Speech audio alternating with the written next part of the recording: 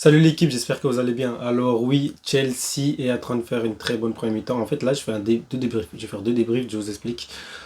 Premier débrief, première mi-temps. Deuxième débrief, deuxième mi-temps. Donc, en gros, je vais vous parler de Chelsea en bien là, parce qu'ils gagnent tout de suite 1-0 grâce à Neto et Gittins. Franchement, ils sont au-dessus du niveau de l'équipe de Chelsea en fait. En fait, eux, ils sont en train de nous montrer quelque chose d'intéressant. À part les joueurs défensifs, les no back, Corolla et James, c'est Gittens et Neto qui sont en train de faire des très beaux matchs. Franchement, un très très beau match. Mais Delap aussi fait un bon match par contre. Il arrive à arrêter le ballon, à jouer contre le défenseur là au dos, garder le défenseur derrière lui et pouvoir remettre le ballon. Voilà, parce que premier mi-temps, je le trouve un peu perso. Il garde un peu trop le ballon. Il essaie de tirer n'importe où là. Voilà, déjà sa frappe qui part en l'air, j'ai pas compris pourquoi. Il y avait un genre de 3 contre 2 à faire à un moment donné. Il aurait pu décaler le ballon. Je pense que c'était un Neto, je sais plus. Mais il a pas mis. Voilà. Gittens aussi qui était là, qui était pas loin. Bah bon, voilà, c'est des lapes. Hein. Je pense qu'il cherche trop à marquer. Et ça peut être ça peut jouer contre lui le fait de faire ça. Val, il fait un très bon match. Voilà, il fait un bon match. Mais franchement, les hommes du match pour moi du côté du Chelsea, c'est surtout Neto et Gittens. Gittens qui au début du match n'arrivait pas à passer son vis-à-vis, mais de plus le match avance, de plus il joue mieux. D'ailleurs, Enzo Fernandez aussi au début du match, c'était pas trop ça. Voilà, de plus en plus le match avançait, de plus en plus on voyait, parce qu'en premier mi-temps, début de premier mi-temps, il perdait beaucoup de ballons. Voilà, il n'arrivait pas à faire des passes, il était un peu endormi, on dirait, mais il a su se réveiller peu à peu. Santos, je le vois pas trop, voilà, je le vois plus collé sur la défense qu'autre chose. Par contre, en termes de pressing, je reviens à Enzo Fernandez en termes de pressing, c'est lui qui déclenche les pressings, même il bouge pas beaucoup, mais juste le fait de faire deux trois pas et fixer, aller vers le défenseur, ça fait changer le jeu, c'est intéressant. Parce qu'il fait changer d'avis au défenseur. Voilà, comme je disais, les gars, c'était pas connecté. Donc, voilà, comme je disais, Enzo Fernandez a fait un bon match, en gros, en global. Maintenant, on va voir le deuxième mi-temps. Deuxième mi-temps, on va voir. Sanchez a failli faire une gourde là. Il a tiré sur Enzo Fernandez qui était juste devant lui. Je sais pas ce qu'il faisait. La balle qui arrive sur lui, au lieu de juste prendre et prendre ton temps, il a voulu tirer vite et envoyer devant. Le problème, c'est quoi? Je sais pas, il a voulu faire une passe décisive à la Alisson. Donc voilà, pas du tout. Il a juste tapé une grosse patate sur la tête d'Enzo Fernandez qui est tombé dans les pommes d'ailleurs pendant une seconde. Donc c'est un peu le seul truc qu'on a eu à part ce but. Voilà, le but bien joué d'ailleurs, hein, c'est un beau but. Le centre de Gittens pour Neto. Voilà, très bon match de leur part. Cucurella aussi qui fait un bon match de son côté aussi. Premier but de la tête de Neto. Voilà, premier but de toute sa carrière. Et il est à 4 buts là tout de suite. Le match n'est pas encore fini les gars, je vous redis, c'est la première mi-temps. Donc Chelsea, là s'il gagne ce match, Chelsea est deuxième. Deuxième, peut-être à 2 points je pense à 3 points d'Arsenal si Chelsea gagne ce match. C'est très bien, c'est très bien. Mais les gars, on va se calmer. Hein. De toute façon, il y a le deuxième débrief de la deuxième mi-temps, je vais parler. Mais il y a un truc, les gars, c'est que Chelsea a toujours été bon dans ce genre de moment. L'année passée, c'était la même chose. On était genre troisième, un truc du genre. On pouvait même être deuxième. On pouvait même être premier. Mais à partir de décembre, mi-décembre, janvier, c'est parti en bizarre. Palmer était blessé à ce moment-là. Sauf que là, Palmer est blessé, l'équipe va bien. Et si Palmer revient dans ce temps-là, comme l'année passée, mais là, il sera de retour et non blessé, on va voir ce que ça peut changer. Ce qui est bien, c'est que on a quand même des bons joueurs qui sont au niveau. L'année passée, ce n'était pas toujours le cas. Cette année, voilà, chacun assume son rôle, chacun veut faire monter l'équipe et ça, c'est intéressant. L'année passée, c'était que Palmer. Cette année, on a Estevao, Gittens, Neto, Garnacho qui fait des très bons matchs en ce moment. Gittens qui m'étonne, franchement, passe décisif, c'est magnifique, franchement, je suis content. Après mi-temps, on a Delap qui aurait pu faire au moins 2 passes décisives. Mais voilà, il a voulu jouer d'une manière. On a eu le centre, à un moment donné, il voulait faire un centre pour, je pense que c'était pour Gittens ou Neto, qui arrivait en de l'autre côté. Malheureusement, son centre était court. Il n'a pas réussi à faire le pas nécessaire pour bien centrer. Et malheureusement, en tombant, il tape le ballon et ça va vers le gardien. Mais sinon, l'équipe joue bien. Franchement, l'équipe joue bien. Donc, les gars, deuxième période, on va faire ça tout de suite. Chelsea vient donc de battre Burnley. Voici la deuxième partie de la vidéo, donc la deuxième mi-temps. Chelsea bat donc Burnley et donc Chelsea continue sa route, les gars. Ça c'est bon parce que on fait ce qu'il faut. Chelsea fait ce qu'il faut parce qu'il ne faut pas oublier que Sunderland est quatrième avec 19 points. Et si Sunderland gagne, Sunderland sera 22 points à 1 point derrière Chelsea. Et il ne faut pas oublier non plus que City est juste derrière Chelsea. City a déjà 20, si je ne me trompe pas, City a déjà 22 points. Et donc si City gagne, je crois que City passe devant. Mais voilà, les gars, City, Newcastle, ce soir à 18h30. Et là, tout de suite, je pense, dans pas longtemps, on a le match de Liverpool aussi. Et donc City, Chelsea fait ce qu'il faut. Ça, c'est très bien. Chelsea continue sur sa lancée. Ça fait déjà quelques temps que Chelsea ne perd plus. Donc ça, c'est bien. Franchement, c'est très bien. Maintenant, il faut assurer, parce qu'il y a une suite qui va arriver, les gars. Arsenal, Barcelone, comme je disais. Tout ça arrive, donc c'est top. Mais Palmer n'est pas là. Palmer n'est pas là, les gars. Palmer n'est pas là. Il s'est cassé l'orteil, je sais pas, n'importe quoi. Comment ils font comme ça là? Allume la lumière. Allume la lumière de ta chambre, j'en sais rien. Ici, quand l'orteil sur la porte, on va savoir où. C'est pas sérieux, c'est pas sérieux. Mais cette équipe avance bien. Franchement, ils avancent bien, ils sont constants. Donc, ils sont constants et ça, c'est intéressant. Donc, on verra s'ils vont continuer comme ça pour le reste de la saison. Donc, on a le but donc, de Enzo Fernandez. Mais avant ça, les gars, il ne faut pas oublier le boulot que Neto et Marguerite ont fait. Oui, parce qu'ils ont fait un boulot, la résistance de Marguerite pour pouvoir la passer et l'accélération de Neto qui ramène le ballon, qui fait sortir le ballon jusqu'à dans le camp adverse.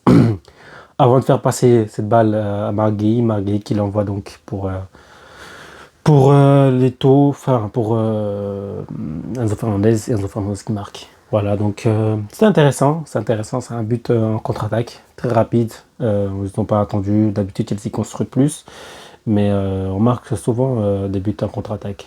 Ce genre de but, Maresca n'aime pas trop, il aime bien quand c'est contrôlé, mais tant qu'on marque, c'est intéressant et je suis content de la victoire, les gars, je suis content de la victoire. Burnley, après, bon, Burnley, c'est la pire attaque, je pense, de la première ligue, la pire attaque. Ils ont marqué que 5 buts à domicile, les 5 buts. Donc c'est la pire attaque, l'une des pires défenses. J'ai pas regardé pour la défense, mais je sais que c'est la pire attaque. Donc il nous fallait, on devait gagner, tout simplement on devait gagner. Donc on a marqué en premier mi-temps et on marque donc en deuxième mi-temps, à la fin de la deuxième mi-temps. C'est bien parce que en premier mi-temps, il faut le dire les gars, Burnley jouait beaucoup mieux. Je l'ai déjà dit, hein, Burnley jouait beaucoup mieux que nous. Chelsea jouait pas bien, Burnley jouait largement mieux. Burnley n'arrivait pas à créer d'occasion franche. Burnley n'avait qu'une seule frappe cadrée. En fait, ils ont tiré 4 fois, ils ont eu une seule frappe cadrée. En premier mi-temps, Chelsea a tiré une fois, Chelsea a pas de frappe cadrée. Voilà, pas de frappe cadrée. En deuxième mi-temps, ça a changé. Voilà, ça a changé. Chelsea a fait ses frappes cadrées. On a eu Santos qui a une frappe un peu molle, mal faite. Je ne sais pas pourquoi il a tiré d'ailleurs. C'est en deuxième mi-temps. Deuxième mi-temps, il y a eu des changements aussi. Donc, Gueye qui est rentré, Delap qui est sorti. On a eu des changements sur les côtés aussi. James est sorti, Badiachil qui est rentré. Il y a eu quoi encore? Il n'y a pas eu grand chose. Ce match a été un peu plus contrôlé par Chelsea en deuxième mi-temps. On a mieux attaqué en deuxième mi-temps. Voilà, mieux attaqué dans les espaces. Gueye qui se place bien. Voilà, qui rentre dans les trous que Neto laisse. Et Neto qui envoie le ballon pour Gueye qui centre. Qui le remet en retrait pour Enzo Fernandez qui marque. En fait, c'était bien. Facile, c'était pas incroyable la deuxième mi-temps. La première mi-temps, j'ai trouvé plus intéressant parce que je voyais Burnley plus se battre. La deuxième mi-temps, ils ont essayé, mais c'était pas incroyable non plus. Ils n'arrivaient pas à créer des occasions. Je parle de Burnley. Ils n'arrivent pas à créer d'occasions franches pour marquer. Tout ce qu'ils font, ils arrivent devant le mur, devant la défense de Chelsea, ils ne savent pas trop quoi faire. Et franchement, en regardant en deuxième mi-temps, on dirait, je sais pas, ils sont là, ils savent même pas ce qu'ils font là. Voilà, l'équipe n'est pas à la hauteur d'une première ligue. Je pense qu'ils vont descendre, les gars, parce que tout ce qu'ils sont en train de faire là, c'est des trucs qui montrent clairement qu'ils n'ont pas le niveau de rester en première ligue. Voilà, franchement, t'as 4 frappes, t'as qu'une seule frappe cadrée. Deuxième mi-temps, tu proposes rien du tout. Tu peux prendre le ballon, créer des choses au milieu du terrain jusqu'à venir devant le but. Et là, tu sais plus quoi faire. Mais vraiment, ils savent pas quoi faire. Pourtant, ils centrent bien, les joueurs de Burnley, ça centre assez bien. Les centres à deuxième poteau à chaque fois, bien enroulés d'ailleurs. Des centres qui sont enroulés, qui reviennent. C'est très intéressant, mais ça va pas loin. D'ailleurs, ils font des centres à peu près comme le but que Neto a marqué, la tête. C'est à peu près ce genre de chances qu'ils font, ce genre de centre qu'ils faisaient pendant le match. Et c'est intéressant parce qu'en fait, c'est des très bons centres, ça, parce que les défenseurs vont se demander est-ce qu'ils vont attaquer le ballon ou est-ce qu'ils attendent, parce que le ballon revient légèrement. Donc c'est un peu un centre piège. Mais à part ça, ils n'ont pas fait grand-chose. Franchement, ils n'ont pas fait grand-chose. Hein. Chelsea est au-dessus. Voilà, c'est juste la première mi-temps que Burnley était plus intéressant. Deuxième mi-temps, Chelsea est au-dessus, clairement. Donc les gars, Chelsea gagne donc et je suis content parce qu'on a mieux joué qu'eux tout simplement et je m'attendais à plus de buts. Mais Chelsea est un peu étrange, ils ont déjà perdu un match face à une équipe qui était placée dans le classement en tant que relégable. Donc, ce qui est incroyable d'ailleurs, c'est que Chelsea ne perd jamais 2 fois dessus de la même saison contre une équipe relégable, ou plutôt contre une équipe qui vient de monter. Voilà, ils perdent jamais 2 fois de la même saison. Ce qui est normal en fait. Déjà perdre une seule fois, c'est déjà beaucoup en vrai de vrai. Donc, ils ont assuré le coup. Palmer blessé, je me demande, bon, il s'est cassé les doigts de pied ou c'est quoi? Il s'est cassé les orteils, c'est comment? On ne sait pas en vrai de vrai. Tout ce qu'on sait, c'est que, voilà, un torse. Voilà, un torse. Donc, il s'est tapé le pied sur la porte ou je sais pas où. Je pense pas qu'il y ait grand chose. Voilà. Je pense juste que ça peut prendre 2-3 jours, en fait. Je comprends pas pourquoi ça doit faire des semaines. Pourquoi 2 semaines encore? Pourquoi une semaine encore? Pour moi, c'est un truc de 2-3 jours. Qu'est-ce qui s'est passé? Est-ce que c'est cassé en mode? Est-ce que ses ongles sont cassés, se sont enlevés ou je sais pas? Est-ce que c'est une blessure ouverte? Je vais savoir en fait. Tout le monde s'est tapé le pied sur un meuble ou quoi. Mais ça vaut pas des semaines en fait. C'est quoi? Il a tapé le pied dessus ou quoi? Il a cru que c'est une balle? C'est comment? Vraiment quoi? Allume la lumière. C'est un somnambule ou quoi?